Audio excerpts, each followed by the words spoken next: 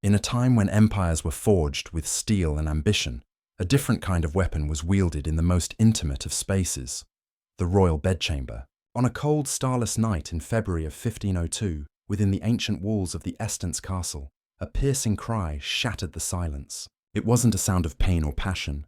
It was a testament to the most dangerous and secretive ritual of power in all of Renaissance Europe.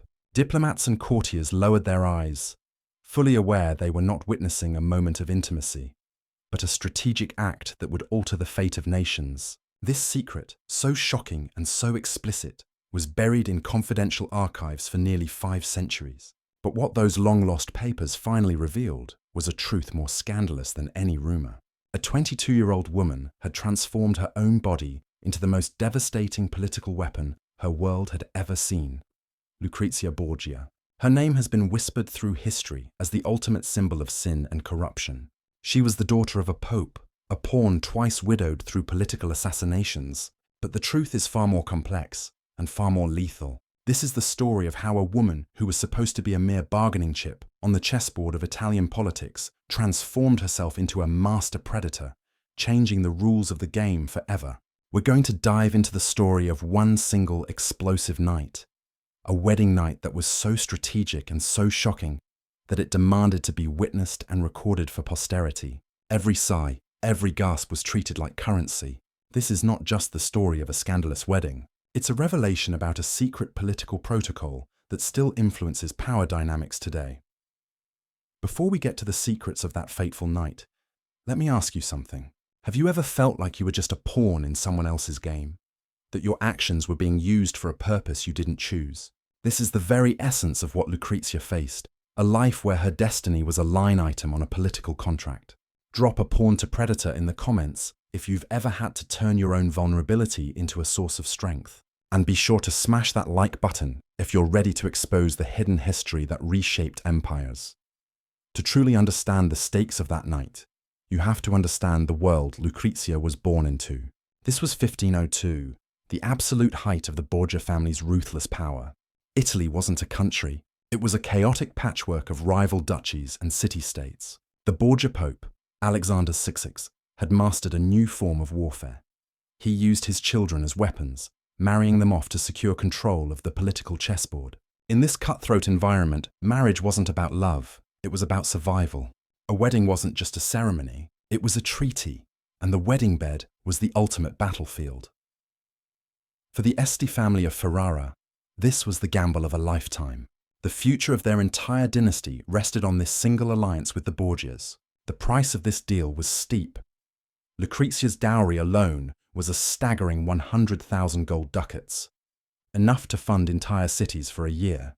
But the real price, the one that truly mattered, was about to be paid in the intimacy of a bedchamber. The question was not just if the marriage would be consummated, but how, and if the secret rituals of the elite would be enough to bind 2 of Europe's most dangerous families together forever. The idea of consummation as a public act might seem unbelievable today, but for Renaissance aristocrats, it was a necessity. Hidden in the dusty archives, records reveal a secret protocol. Consummation was never a private affair. It demanded official witnesses and confirmation because the legitimacy of the entire dynasty depended on it. The wedding night became a public performance where the outcome in bed determined the fate of nations. The date chosen for this performance, February 2nd, was no coincidence. It was the feast of the purification of the Virgin, a holy day that fused the divine with the carnal. It was a powerful message. This union wasn't just a physical act. It was a sacred ritual of dynastic sanctification. As for the bride herself, Lucrezia was no stranger to the darkness behind palace walls. She had survived 2 disastrous marriages. Her first husband was accused of impotence. Her second was strangled to death inside the Vatican. She arrived in Ferrara not as an innocent bride, but as a survivor hardened by betrayal and blood. She had already learned a brutal lesson. Weakness in the marriage bed meant weakness in politics, and in Renaissance Italy, political weakness was a death sentence. This night, she would no longer be a pawn. She would use her body as a weapon to ensure her own survival. Lucrezia's new husband, Alfonso d'Este, was a man unlike any other. A soldier, an engineer, and a man who forged his own cannons with his bare hands. While other noblemen paraded their power, Alfonso exuded a quiet, pragmatic strength. This union was meant to be a cold political calculation. No one, however, had accounted for the unexpected spark that ignited between them during their first private meeting. What was supposed to be a ritualized performance was now laced with authentic passion. This created a new layer of intensity, a genuine connection that neither the church nor the state could fully control. On the day of the wedding, Ferrara was a theatre. Spies and scribes from rival courts positioned themselves to record every detail. The most dangerous of these spies was placed there by Isabella d'Este, Alfonso's sister, a rival determined to turn this intimate night into a source of political intelligence. This wasn't just eavesdropping. It was an act of espionage, a deliberate effort to gather proof that could later be used to sabotage the alliance. The stage was set: crimson velvet curtains, silver candelabras, and tapestries depicting wars and alliances, a stark reminder of what was truly at stake. For noble marriages, consummation was a binding act that proved a dynasty's legitimacy. But in this world of backstabbing and betrayal, proof was everything. The royal bed became a courtroom, and the act of love a verdict that would decide the fate of nations.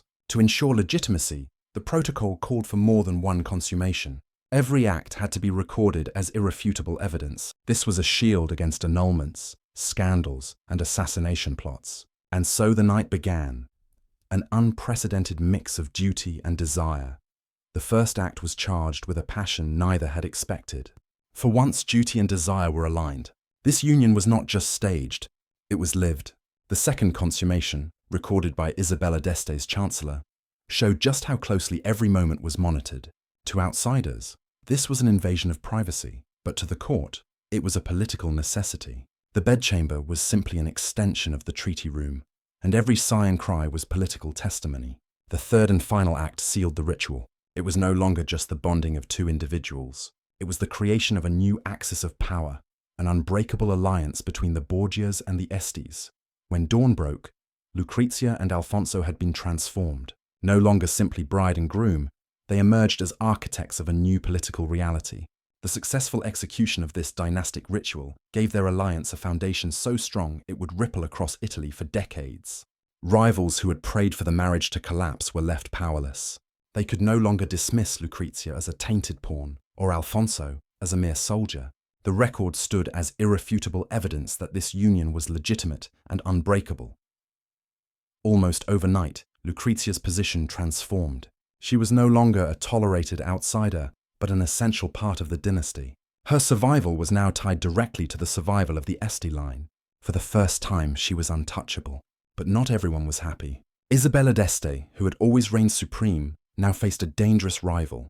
The rivalry between the two women, already tense, exploded into a silent psychological war that would shape the court for years to come. As Lucrezia cemented her power, she made a dangerous choice.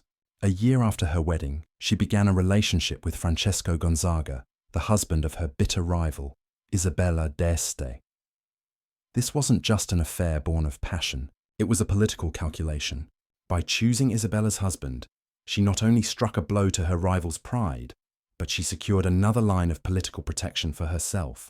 This affair was carefully hidden, but its impact was seismic.